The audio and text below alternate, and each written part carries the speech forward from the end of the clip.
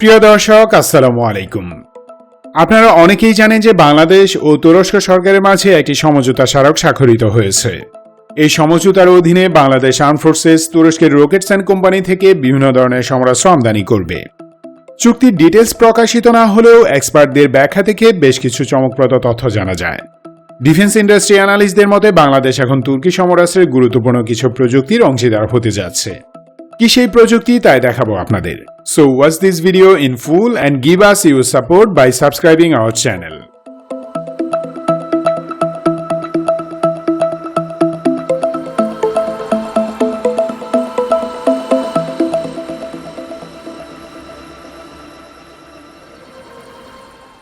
Dear viewers, তুরস্কের defence industry বাংলাদেশের জন্য এক অনন্য সুযোগ।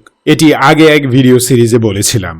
তুরস্ক থেকে আমরা কি কি সমরাস্ত্র ক্রয় করতে পারি এবং কি কি সামরিক প্রযুক্তি পেতে পারি তাও দেখিয়েছি।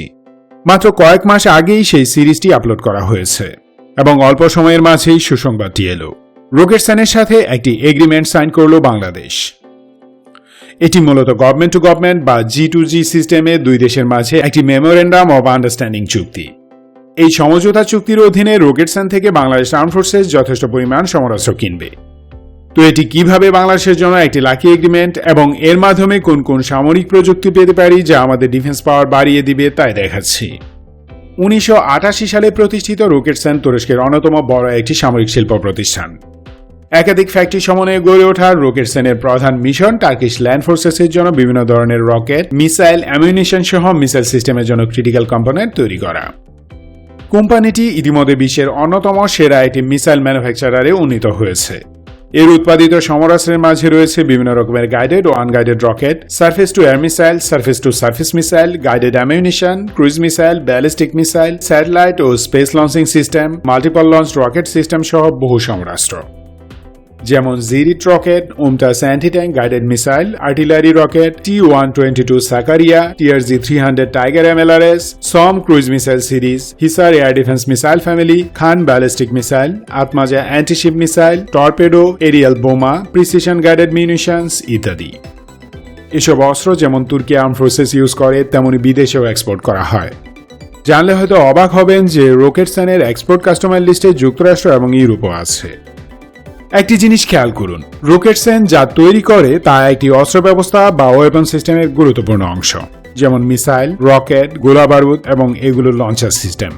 মিসাইল বা গোলা যদি না থাকে তবে এসবের লঞ্চার দিয়ে কোনো লাভ নেই। যেমন ধরুন বাংলাদেশ তুরস্ক থেকে এক রেজিমেন্ট টাইগার মিসাইল সিস্টেম কিনেছে, কিন্তু মিসাইল অগণতি কেনা হয়নি।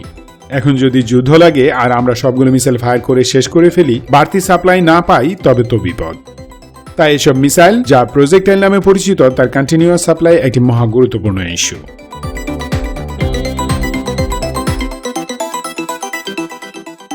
তুরস্কের রকেটসান থেকে অলরেডি আমরা এরিয়াল PGM অর্থাৎ প্রিসিশন গাইডেড মিউনিশনস কিনেছি, যা আমাদের F-7 ইন্টারসেপ্টর ফাইটারে যুক্ত করা হয়েছে।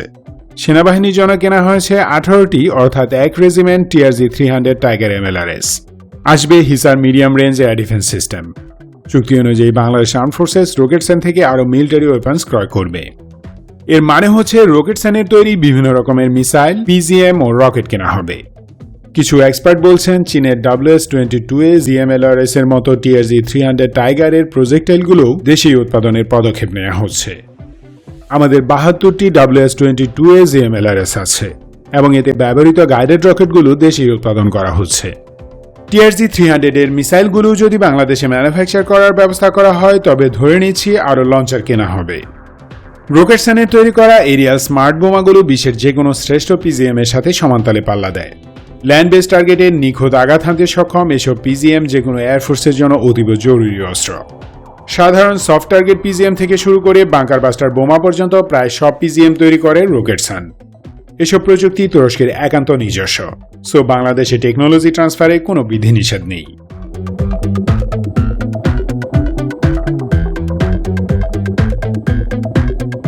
এই চুক্তির ফলে বাংলাদেশের আসল লাভ কি হবে?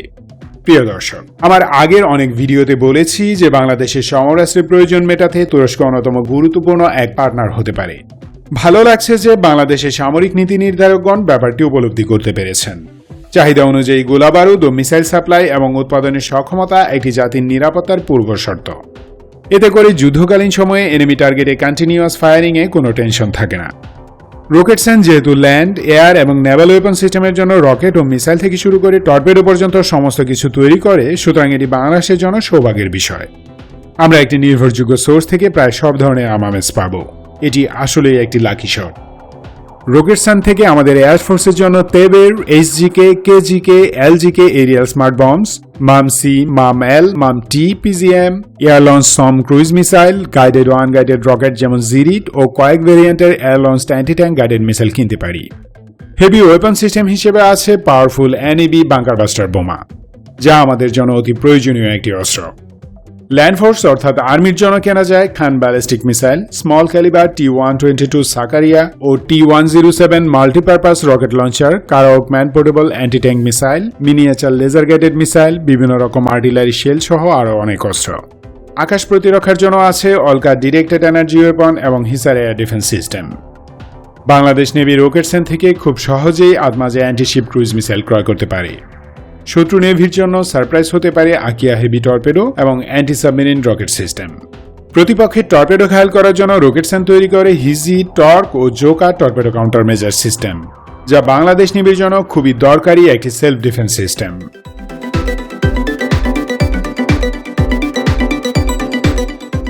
রকেটসান থেকে প্রাইমারিলি বেশ কিছু অস্ত্র ক্রয় করবে বাংলাদেশ। যেসব অস্ত্র বেশি পরিমাণে দরকার সেগুলো অদূর ভবিষ্যতে দেশেই উৎপাদনের ব্যবস্থা করা হবে।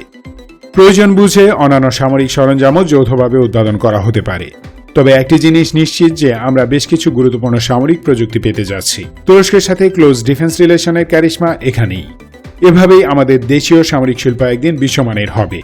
আমরাও অস্ত্র রপ্তানি করতে পারব।